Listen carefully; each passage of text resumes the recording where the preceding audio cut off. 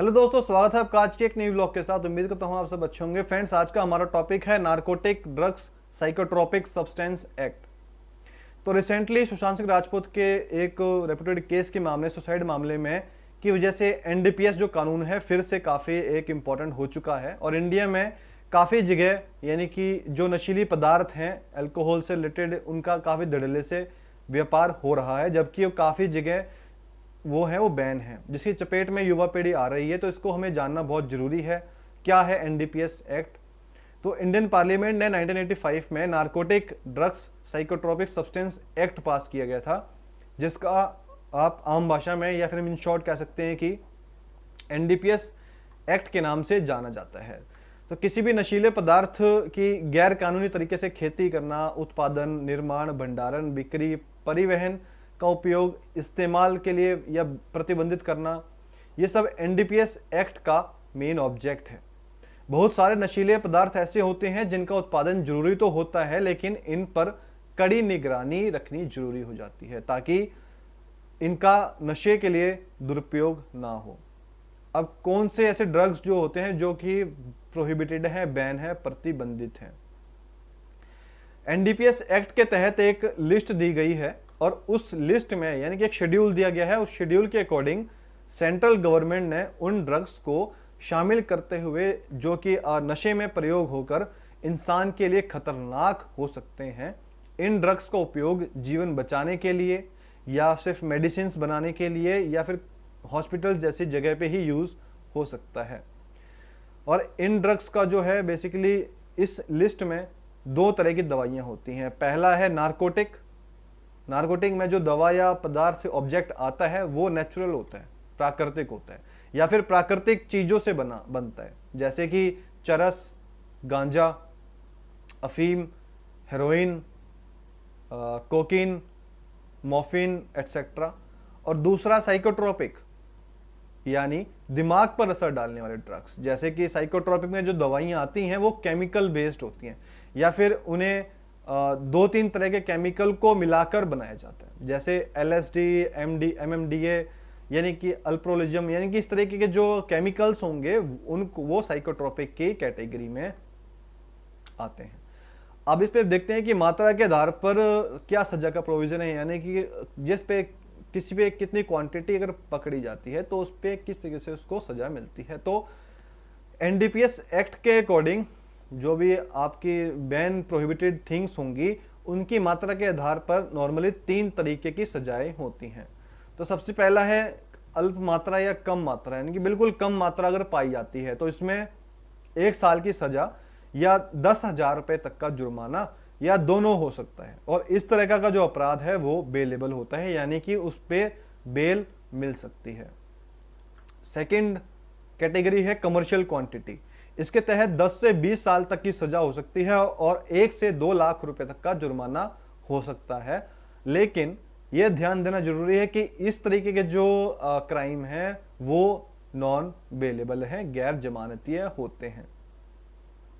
और वहीं अगर हम बात करें कि एक शॉर्ट मतलब अल्प मात्रा के बीच और कमर्शियल क्वांटिटी के बीच का वो जो डिफरेंस है उसका क्या प्रोविजन होगा, तो उसके तहत 10 साल तक की सजा और 1 लाख रुपए तक का जुर्माना दिया गया है। यानी कि अगर शॉर्ट क्वांटिटी से लेकर अगर कमर्शियल क्वांटिटी के बीच की अगर क्वांटिटी पकड़ी जाती है किसी भी, चाहे फिर वो नारकोटिक हो या सब्सटेंशियल हो, साइकोट्रोपिक हो, तो फिर उसके तहत 10 साल की सजा और 1 लाख रुपए तक का जुर्माना या दोनों हो सकता है।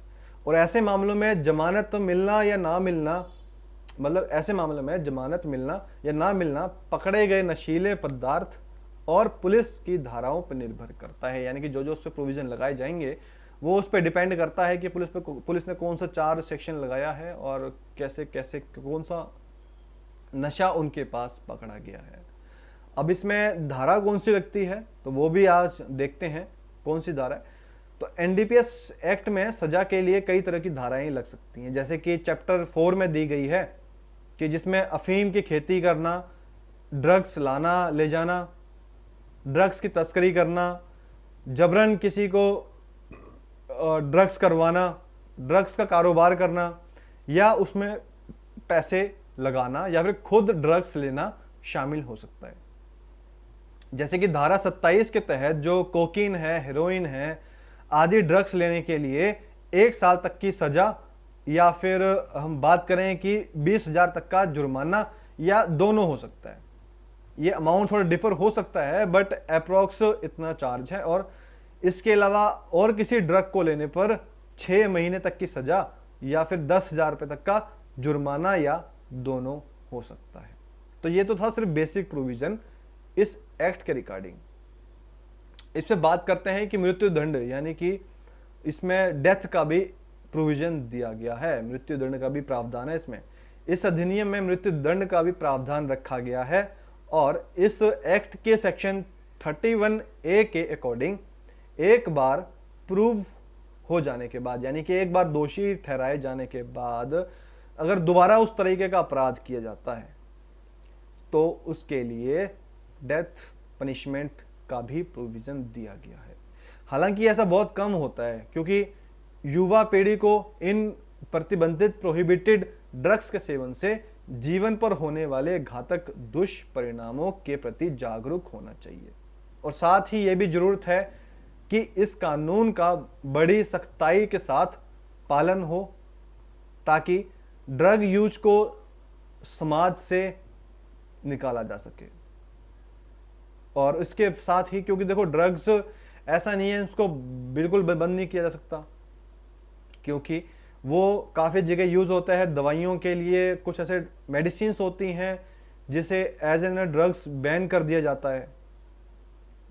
तो यही था आज का वीडियो जिसमें हमने देखा narcotic drugs psychotropic substance act की, जिसके हमारे मेन पॉइंट थे कि क्या है NDPS एक्ट, कौन से ड्रग इसमें बैन किए गए हैं और किस मात्रा के आधार पर कौन सी सजा हो सकती है। जिसमें 3 क्वांटिटी थी, एक बिल्कुल less quantity, commercial quantity and the difference between a small quantity and commercial quantity, और कौन कौन सी धाराएं उस पर लग सकती हैं और किस तरीके से डेथ पनिशमेंट का भी प्रोविज़न दिया गया है under section 31A of narcotic and psychotropic substance act में, जिसमें डेथ का पनिशमेंट है, जो कि कहता है कि अगर एक बार दोषी ठहराए जाने पर अगर दोबारा से आप सेम ऑफेंस कमिट करते हैं तो उसके लिए डेथ का भी प्रोविज़न इनकॉर्पोरेट किया गया है।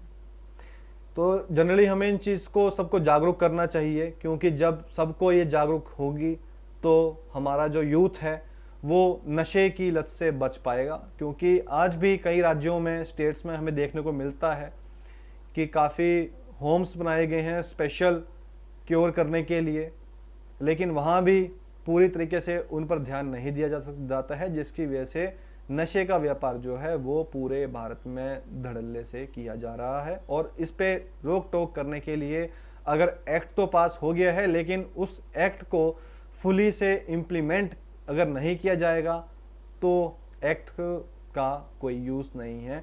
तो इम्प्लीमेंटेशन ऑफ लॉ बहुत ज़रूरी है ताकि कोई भी जो कानून है इनसे बच सके, हमारा यूथ बच सके, हमारे आने वाली पीढ़ी बच सके और किसी भी प्रकार का कोई नुकसान उनको ना हो। तो दोस्तों मिलते हैं जल्दी आपको एक न्यू टॉपिक के साथ। आज के लिए बस इतना ही। Thanks for watching this vlog. Channel पर तो चैनल को सब्सक्राइब कीजिए, वीडियो को लाइक और शेयर कीजिए। मिलते हैं जल्दी एक न्यू टॉपिक के साथ।